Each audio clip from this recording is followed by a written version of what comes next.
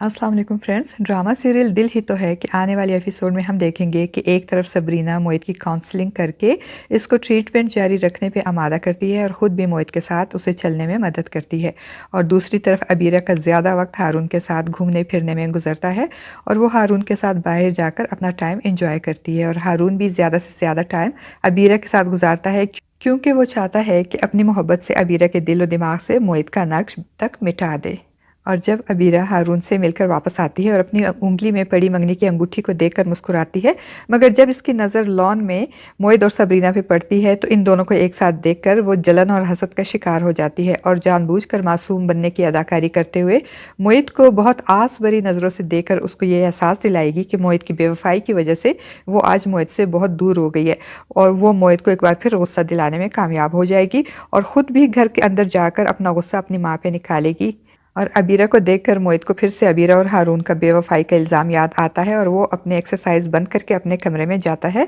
और एक बार फिर मायूसी का शिकार होकर ट्रीटमेंट करवाने से इनकार कर देगा। तो सबरीना को भी गुस्सा आ जाएगा और वो मोहित पे नाराज़ होते हुए कहेगी कि क्या हमने ठेका लिया है आपको सारे दिन संभालते रहे, क्या ज़िंदगी में हमें और कोई काम नहीं इसके आपके अलावा। सबरीना को भी अंदाज़ा हो जाता है कि मोहित की मूड की ख़राबी की वजह सिर्फ़ और सिर्फ अबीरा है, इसलिए वो मज़ीद कहेगी, आप क्यों आप ही के नाम की मोहब्बत की दुहाइयाँ देते रहते हैं हर वक्त। इन्होंने आपको छोड़ने में एक सेकंड भी नहीं लगाया। उनके दिल में आपके लिए तरस तो बहुत दूर की बात है, मोहब्बत तक नहीं थी। सबरीना की बातें सुनकर मोहित को, जो कि अब भी अबीरा से बहुत मोहब्बत करता है और अबीरा के खिलाफ कोई बात सुनने को तैयार नहीं होता, वो सबरीना पे चिल्लाते हुए कहेगा कि शट अप, खबरदार जो अबीरा के खिलाफ एक लफ्ज़ भी कहा तुमने, और गुस्से में सबरीना को कमरे से निकाल देगा।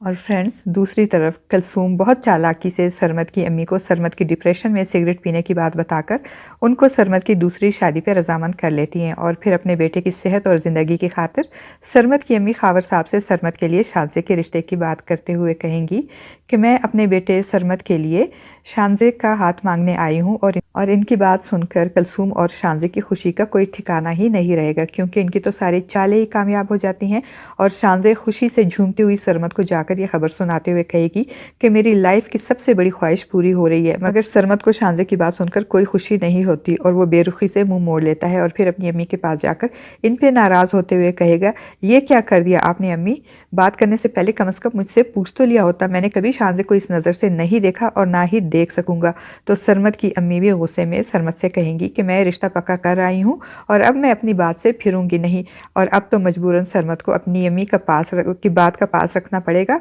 और शानजे से शादी करनी पड़ेगी। और फिर मोहित अकेले में सबरीना की बातों पे सोचेगा तो उसे भी एहसास होगा कि वाकई अबीरा को इससे कभी मोहब्बत थी नहीं, अगर होती तो वो इसको छोड़कर हारून से अपना रिश्ता कभी ना जोड़ती। वो तो सोचेगा कि मैं ही पागल था जो इससे बेपनाह मोहब्बत करता था और इसके पीछे पागल हो रहा था।